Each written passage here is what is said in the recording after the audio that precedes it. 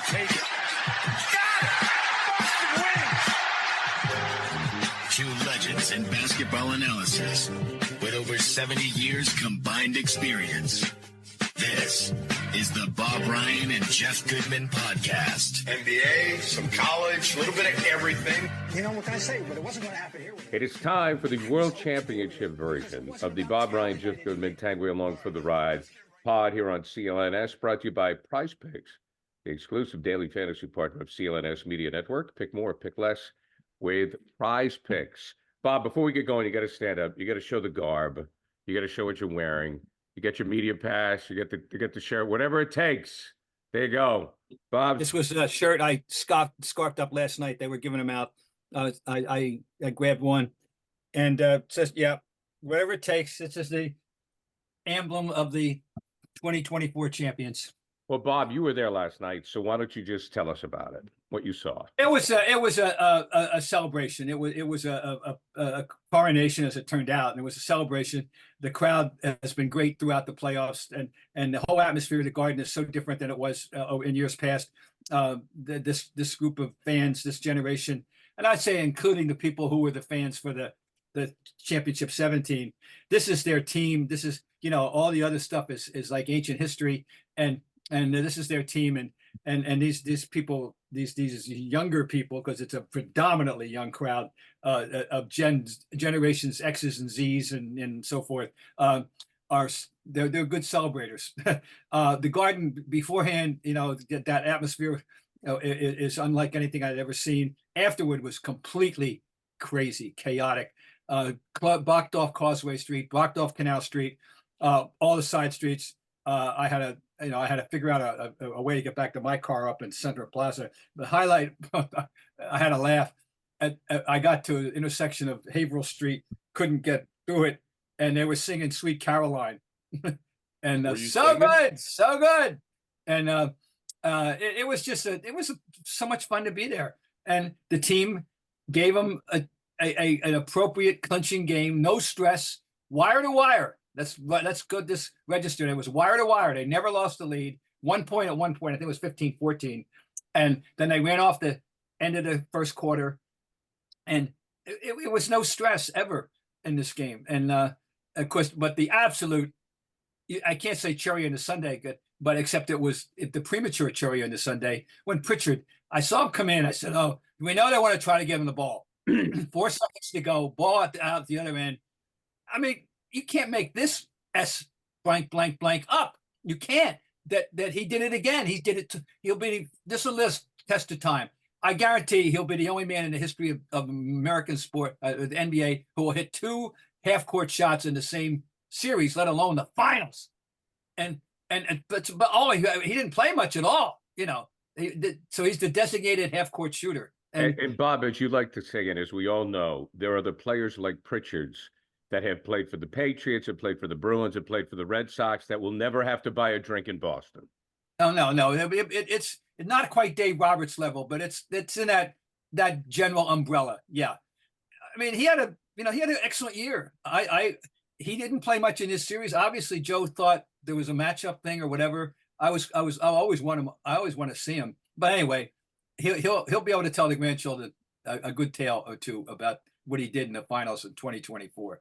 So it was a fantasy. I kept saying it. I was sitting with a gentleman after the game during the second half, and we were commiserating it. It was a fantasy. I kept saying, that this is what you dream of if you're a fan, a stressless clinching game, and so it was a great night to be there. Jeff, have the Celtics made team basketball fashionable again? Yeah, I mean, I think it's crazy because think about this, guys. In mid-January of 2022, this was a 500 team that a lot of people, myself included, were like, I just don't think this is working, right? It's not working. Tatum and Jalen. And then what did Brad Stevens do? He went out and traded for Derek White, and Derek wasn't great that second half. He was trying to figure himself out in this team and everything like that. And just think about in 2+ years how many changes have been made, right? Like, obviously you had Ime Udoka then, and now you got Joe Mazzulla as a coach, right? You add Derek White, and a lot of people viewed that trade as a disaster when White was struggling to make a shot in the postseason that year. Then obviously, you get Porzingis in this trade, and you get rid of a guy that, again, it had run its course with Marcus Smart. And then you go get Jrue Holiday, who basically takes the place of Marcus Smart, and a guy you could trust to make good decisions. It all fell into place, Gary. And again, they are a team. I mean, again, is Jason Tatum, you can poke holes in Tatum and Jaylen Brown and all this stuff, but they've got enough around them that it's not just about them like it is at Dallas. It's just about Luke and Kyrie. And if those guys don't play well, they have no chance. Where at the Celtics, if Tatum has a bad game or Jaylen Brown has a bad game or a bad half, they're fine because they have enough other pieces. Bob, do they remind you of the Spurs? Well, they're constructed different. Let's face it. They don't remind me of anybody. I mean, they really don't. They're the unique package, and partly because they got the 1-2 guys who complement it with an E and an I each other, all the time, and they got the backcourt is just extraordinary. I got to tell you, it's my favorite Celtic backcourt of all time for me. And I've been back. I'm not counting Kuzi and Sharman. I wasn't here for that, but I'm talking about since I showed up and started covering in 1969. My favorite backcourt. I'm not saying it's the best necessarily, although it probably is, but it's my favorite. These guys are just they just don't, they get it. So and they just get it as well as any Every player way. I've ever seen. And every way, God. on the court, off the court. Like, it's amazing how those guys do not yearn for the limelight at all. And Jrue Holiday, he was on a title team, and Derek White's they're perfect for this team, for really any team. I mean, they really are. They are. And so, I texted Brad about 10 days ago, and kiddingly, and I X'd this out, I said, if you were Catholic, you'd have to go to confession for stealing Derek White from the Spurs. And he came back and said, and the thing is, he's even a better off the court. He said he's a better test teammate and classy, guy. And I said, well, that makes two, right? You got two of them. I keep saying, every team in the league, every coach, every GM is probably saying, they got two. That's not fair. One of those guys would be one to a customer. They got two that are like this. Well, I've heard this all year, guys. I've heard this from Celtics people in the organization all year, and they'll say, this is crazy because not only is this such a talented team, but they're the lowest maintenance group ever. There's no issues, high character. How often do you get that? Because again, on most of these teams, listen, I love Draymond, but he's not exactly, low maintenance, right? No. On all these championship teams, I feel like you've got a guy or two at least that is high maintenance to deal with.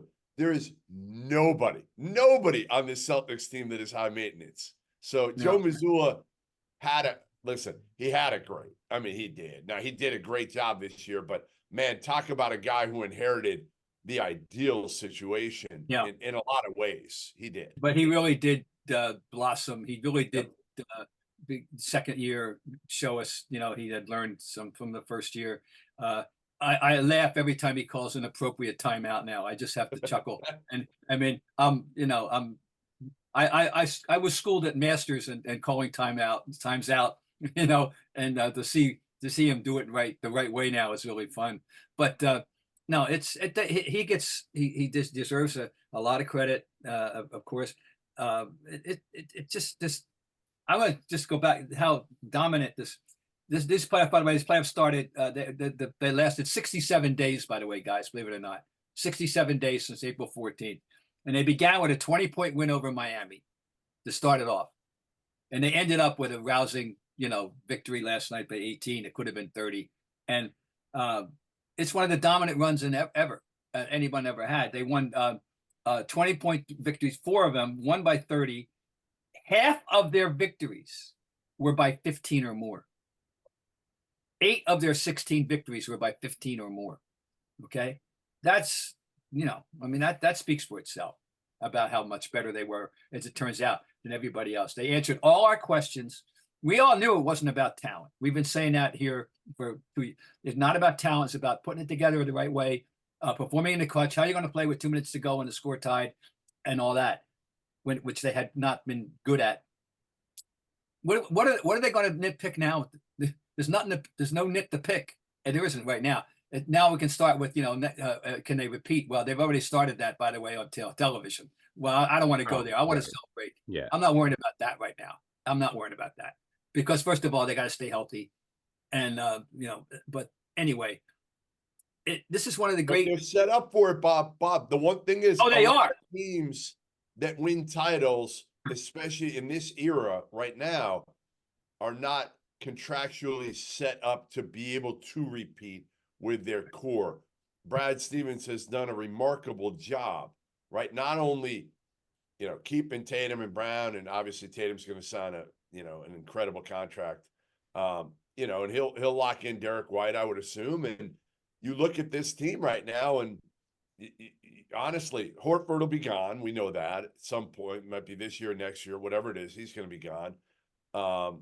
But they should have everybody. And oh, by the way, almost everybody, other than Jrue Holiday getting older, everybody's kind of in their prime.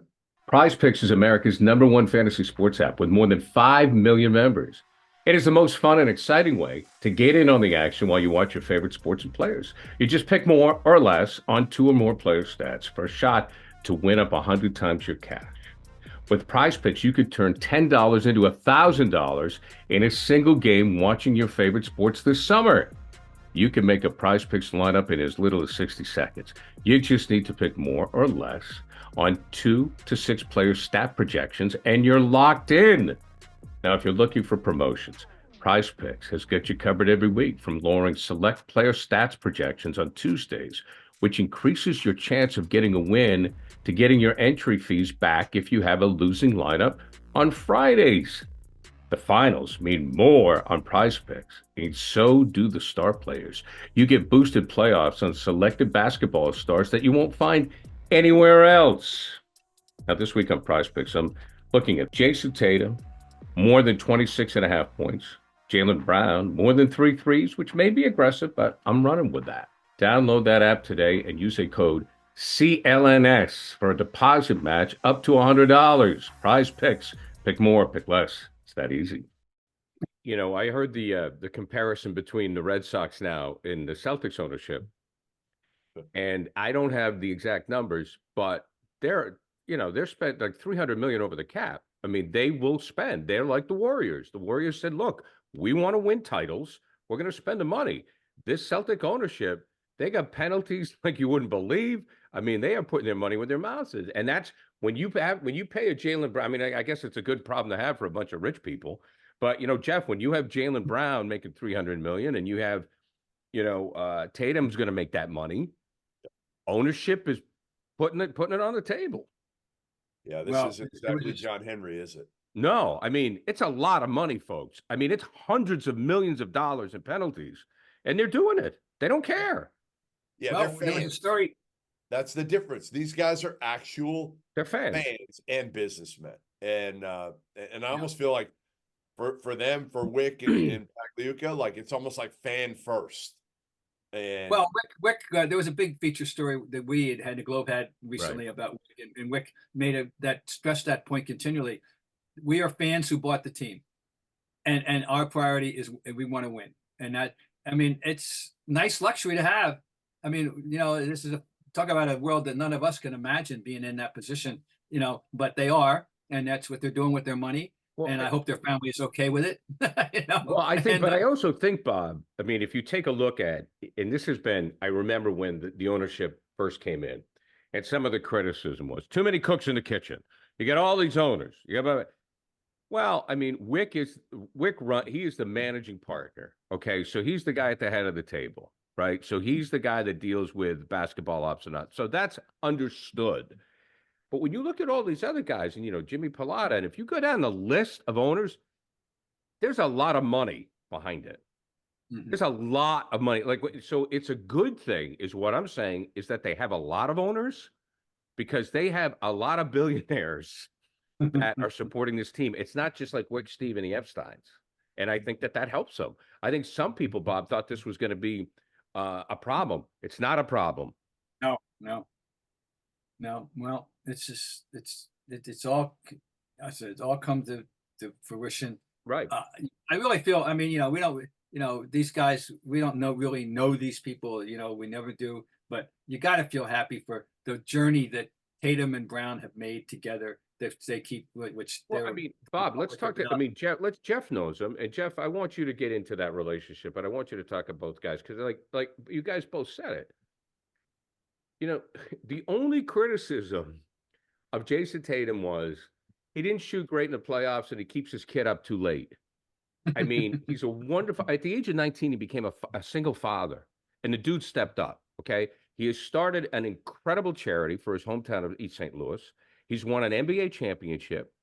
He put team first. Jaylen Brown is an incredible activist, extremely bright guy, and also put team first. So, like, where did these two guys come from? Yeah, they were both the third pick. I mean, that's the thing. I mean, look at what Danny Ainge did. I mean, he traded down to get Tatum. I mean, they traded down. They had the number 1 overall pick that year. They traded down and luckily did not draft Markelle Fultz. Well, instead got Tatum. I think they faked the world out on that one. That was a great Danny. And Bob was on Tatum. I do remember. I mean, Bob, people have given you a hard time for smart, but you wanted Tatum. You were on with us on television, and you said Tatum's my guy from day one. Yeah. Well, I certainly didn't want Fultz, and he's never had a career, and part of it's injury, and part of it is personality, but anyway. But Tatum, it's just it ranks right up there. I mean, we've had some monumental draft day things in 1980. 56 was one, and 1980 there was one, and 2007 trading Ray Allen for the number 5 pick for Ray Allen, without which Garnett never comes. He won't. Right. He's not coming. So that's another draft day. So there's 4 monumental draft days that the Celtics have had in their history that produce championships. Yeah, I mean, listen, I remember saying it, as recently as, again, 2 years ago, like Tatum and Jaylen Brown there wasn't a lot of synergy in the way they played on the court together. They weren't making life easier for one another, right? And I think Tatum actually, both of them got better, but Tatum's game completely changed over the last couple of years. And, he became more of a facilitator, a guy who made people better instead of scoring being his mentality. And he always he had 9 assists in the first half last night. Yeah. He always had this. I have told Jason Tatum this honestly for you don't know how many years of, hey, listen, you're not just a scorer. I remember the first time I saw him was at LeBron James camp in Las Vegas. And I said to myself, and he was, 16 years old. And I'm like, this kid is going to be that versatile forward who can do everything. And he got away from the passing aspect. And at Duke, he was more of a scorer. Then when he came to the Celtics, they threw him in the corner. If you remember his rookie year and second year, he literally stood in the right wing. Right. While Kyrie was the guy with the ball in his hands, and Isaiah Thomas. But again, listen, we talked about this years ago. Like, they're not boys. They're not hanging out all the time, but you don't have to be. And I think they've become a lot closer because of what they've had to go through, right? All the critics that have come out. And listen, some of them rightfully so. I was one of those critics for a while that did not feel like those two could win with the team being what it was. Now, again, my take was, like maybe you need to trade Jaylen Brown at that point. Well, what Brad Stevens did was say, you know what, we're going to keep those two, and we're going to trade the other guys around him. We're going to trade Robert Williams. We're going to trade Grant Williams. We're going to trade Marcus Smart, and we're going to bring in guys who really know how to play. That's what they did. So it made Tatum and Brown's job easier. So they didn't have remember, I forget who it was who told me a few years ago. Actually, I know who it was. I'm not going to say who it was because it was a player that went against them. And he said to me, it's so easy to defend this team right now with Brown and Tatum. All you got to do is worry about those two guys. You don't have to worry about anybody else. Well, that has changed dramatically now. Think of that. Think of that. You can't just worry about them.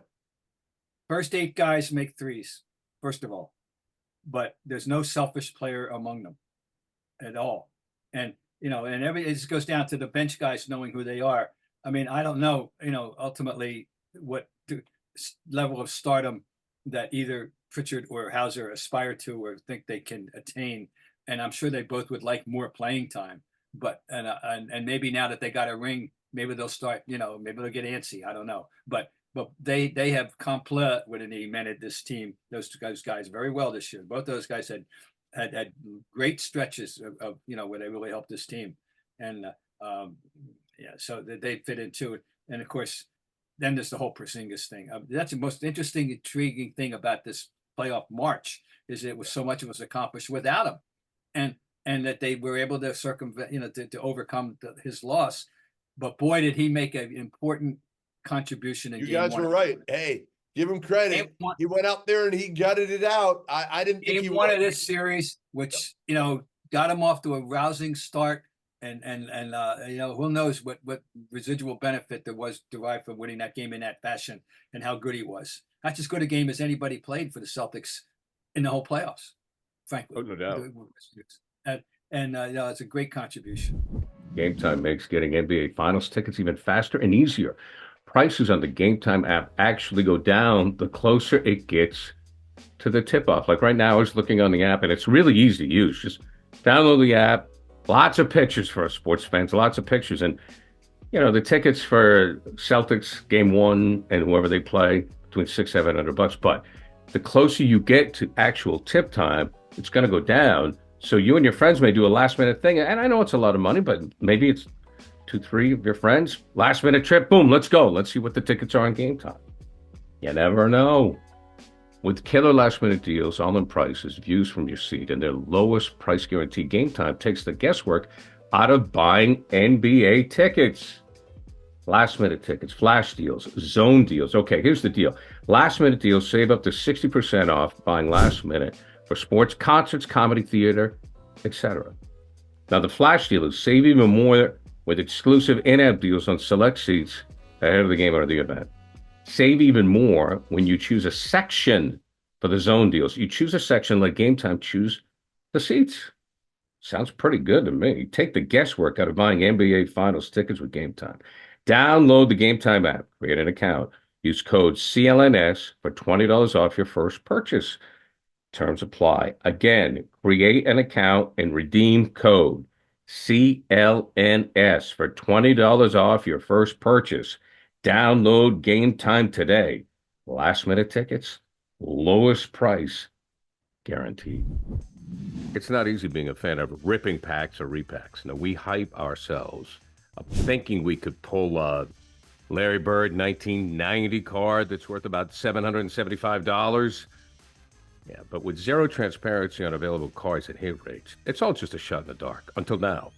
Introducing slab packs from arenaclub.com, the only repack that provides real value with a complete view of all possible cards and clear hit rates for each one. And when I buy slab packs on Arena Club, it finally feels like I know what I'm getting. I mean, listen, it is the marketplace for card collecting, buying, trading, selling, display, full transparency. Arena Club's slab packs are revolutionizing the repack game. After your pulls are revealed, they'll immediately be placed in your vault for safekeeping or trading and selling. You can have them officially graded by Arena Club. The Arena Club grading process is accurate, fast, and transparent, with a full grade rationale provided, an explanation on how your card was scored. Whether you're buying, selling, trading, or displaying, Arena Club is the card collecting platform you have to check out. Right now, you can get 10% off of your first purchase by going to arenaclub.com/hoops. I mean, that's crazy, right? Wow, what an offer. 10% off a $400 slab pack. That's $40 right there. Anyways, that's arenaclub.com/hoops for 10% off of your first purchase. What I observed from this team, as far as the three-point shot is concerned, is that when the 3-point shot was a result of passing and going to the basket, it worked. When they're going off the dribble and they're going one-on-one, it doesn't. And when this team was at its best is when they were going to the basket. They were they went up by 10 last night. They were down 10 consecutive points, 5 feet or in on the hoop. Yep. Like when they went to the basket, like, Tatum, I know Tatum, look, he wasn't great offensively. I don't care about that. To me, Jason Tatum, Jaylen Brown, Jrue Holiday, Derek White, they all had a great playoff run. I'm just saying that right off the board. You want to nitpick certain stuff, go for it. I'm not going there. But what I witnessed, Bob, and I want Jeff to chime in on this, is Tatum seems to me, when he really works the defense going to the paint with a reverse dribble and changing direction, almost Paul Pierce-like, but more athletically, he's unstoppable. Well, he's 6'10", and he has this extraordinary body control and agility, and it's high level. And this is this is the physical package that he's gifted with, frankly, and so and he makes the most of it. And I love him when he goes to the hoop. And that's his strength to me. Everybody loves the three, but I think that's his strength. I don't know, Jeff. I was trying to think after the game. Was there any, Jeff? Do you think in your mind's eye, did he take even one ill-advised forced three last night? No, maybe Brown did. Brown came down once, and I yelled. And at a point when I don't know, second, they didn't need. I said, "You don't need this shot." He took it in the first 5 seconds of the 24. He forced a stupid three. It didn't hurt them any. But I don't remember Tatum forcing any unnecessary. All his shots. If you look at his shot chart, most of them were driving to the basket. Which again, that's what you do. Like, do that, and you open it up for everybody else. I mean, again, he's one of the more complete players. I said a few years ago, he's the most complete player in the NBA. I don't know if he's the most. I just would say this: there aren't too many guys in the league that can do what he does in every facet of the game, right? He can shoot the three, he can drive, he can handle, he can make people better, he can rebound, he can defend. There's not too many guys that don't have a glaring hole in their game like Jason Tatum. I mean, there just aren't. There may be a couple that are right there. As I said several times during the course of the playoffs, and I'll say it one more time, the great evolution for him is as a rebounder. He has become a terrific traffic rebounder. And when you really need a rebound, he's one of those guys that gets it. He may not average 12 or 13 a game, but he can get, but boy, he is an excellent rebounder. And it was, I don't remember that being tough now. He's big, he's strong, he's physical, where 5 years ago, he was scared to go to the basket. He honestly, he would avoid contact at all costs. Now he embraces contact. Yeah, right. And I thought he whined a lot less in the finals. He did.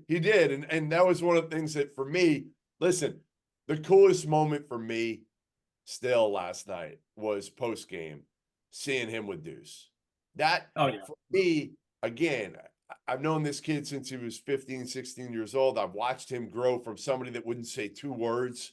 I think I did the first interview ever with him on ESPN when he was in high school in Springfield at the Hall of Fame tournament. And I think I did the first one with him at Duke as well on TV for ESPN. So I've known this kid a long time. And I remember him telling me, and it was on a podcast, how he didn't tell anybody. He was embarrassed to tell the Celtics organization when he found out he was going to be a father. And think of how far this kid has come now, where oh my God, embarrassed. He is literally won't go anywhere without Deuce. And people, again, have kind of gotten on him for pregame, having Deuce basically out there with him, shooting and messing around with him. So I don't know, man. Like, I have a soft spot in my heart for Jason Tatum, the person. And I always will, just because, again, I've seen his growth. I've seen the criticism. I remember seeing guys, I covered the draft when he was drafted that year, and there were all sorts of rumors at the time they drafted him through that draft that they were going to trade him for Jimmy Butler that night. And he and his mom are asking me throughout the whole draft, like, Are they keeping him? Are they trading him? What's going on? He's all nervous that entire night that he's not going to be a Boston Celtic. Wow. That's amazing. Well, That's an amazing story. I mean, that Jeff, that's good stuff. Okay, now I want to move on to Jaylen Brown. And people, not only did the team benefit for the arrival of Jrue Holiday, but also addition by subtraction. And I'm not here to stomp on Smart. I don't want to do that. But when Marcus left, Jaylen was able to take more of a leadership role, and he was able to flex that muscle that Tatum just doesn't have, guys. Tatum is a nice guy. Tatum's not going to growl at you.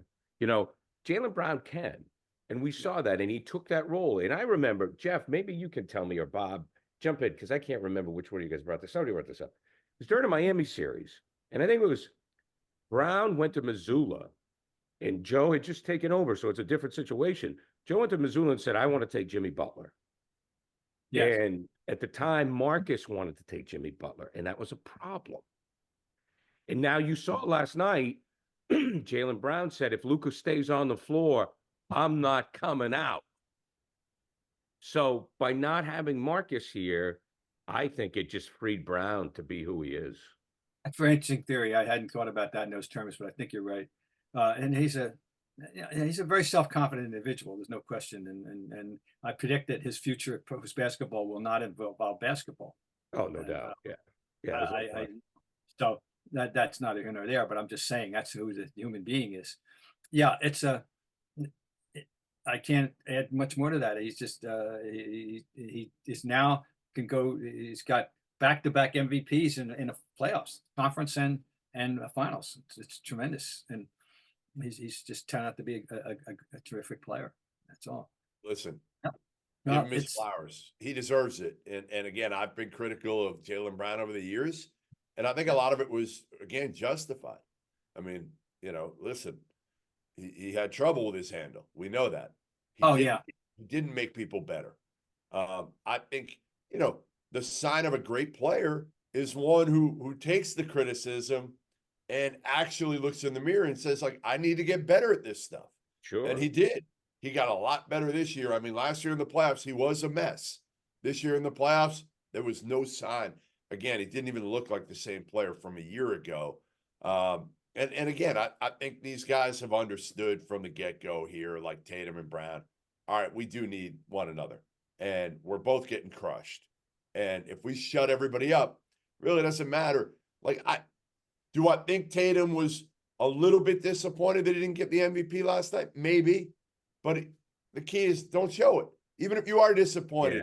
I think overall, winning the title completely overshadowed anything of NBA Finals. You could see it. He wasn't giving up that trophy.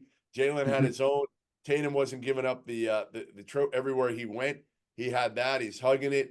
So I think, this was obviously the end goal here. And I think there'll be more opportunities for Jason Tatum to get MVP awards in the future. Yeah. Well, they realize that the trophy guy got is the one that counts. I want to go to Jrue Holiday now. And Jrue Holiday was my MVP. And again, I'm splitting hairs. Whatever. Let's talk about Jrue Holiday, Bob. His activity, and while we don't really need to get game specific in last night's game, but his activity in last night's game was amazing. He was everywhere. Well, he's a consummate all-around guard now. I mean, we know he can, in the modern game, he can make the necessary three. He's got great inside maneuverability at both hands. Defensively, he's a proven commodity, all-league defensive player, an Olympian, by the way, again, and he's just a wonderful player. And he's finally getting, even in Milwaukee when he won, I don't think that the recognition was, it was so much about Giannis and deservedly so, and even Middleton, that you didn't talk about Holiday that much. And now he in this exposure, people are going to recognize how good Jrue Holiday is, and we're finding out all these things about him as a person and the family upbringing, which was tremendous. And he's too good, almost too good to be true in a sense. He says the right thing always. everybody speaks so highly of him. I mean, you're just privileged to have the guy, and we want to thank Damian Lillard for causing all this to happen. If Damian Lillard doesn't piss his way out of Portland, we don't have Jrue Holiday. Period. And anybody would have wanted him. I mean, I don't give Brad as much credit for that one as for White, only because there's nobody would have turned down the opportunity to get Jrue Holiday. But we're lucky we got him. I mean, we also may be lucky that the Celtics may be lucky that the trade involving Brogdon to the Clippers didn't go through, because I mean, they ended up trading him anyway, but they ended up, remember, then they had to trade Smart in the deal for Porzingis, which I think allowed him to keep another first-round pick that they ended up throwing in the deal to get Jrue Holiday.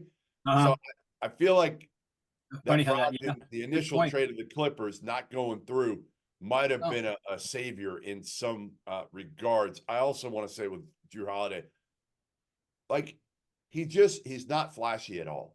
In any part of him, there's zero flash, right? You never see him dunk, right? Like, he doesn't take these like deep threes. He toes up the line every time. Defensively, he just does what he's supposed to do. There's just zero flash. He doesn't say more than, when people ask him a question on the podium, what does he say? Like 10 words, and then he's done. He doesn't want the attention. You can tell. Like, he is just like the perfect player to put in for this team, just as Derek White was. Like, they're identical. They're almost identical in, as I said, they got what they bring.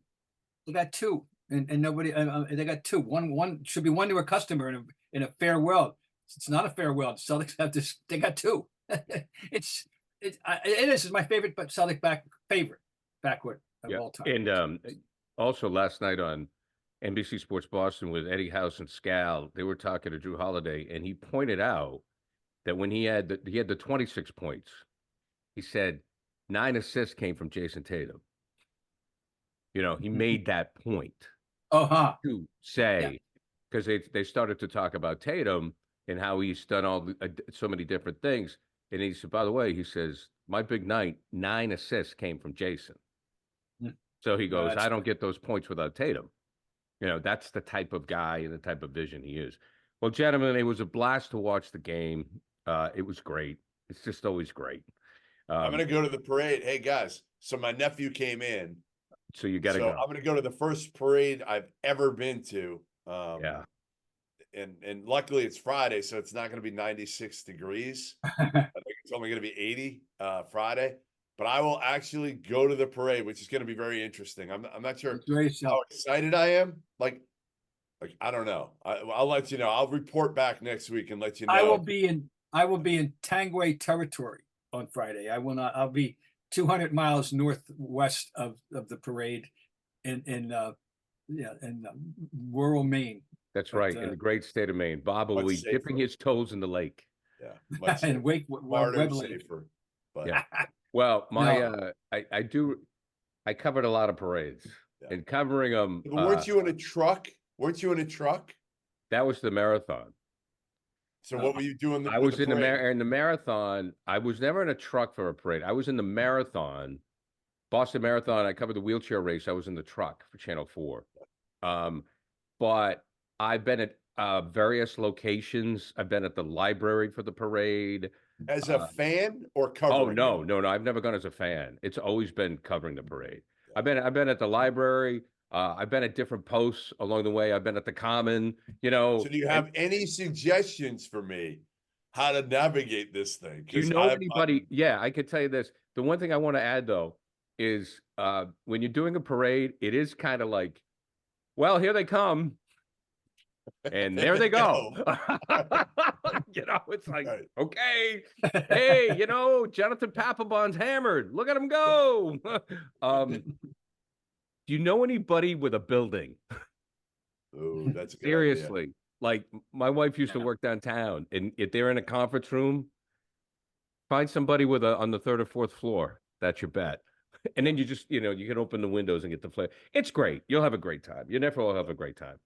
All right, guys. Always a pleasure. We are gonna continue to talk throughout the summer. Yes. We will, Dan Shaughnessy, by the way, I got to promo this. Dan Shaughnessy is going to join Bob and I at some point, and I'm going to do a retrospect.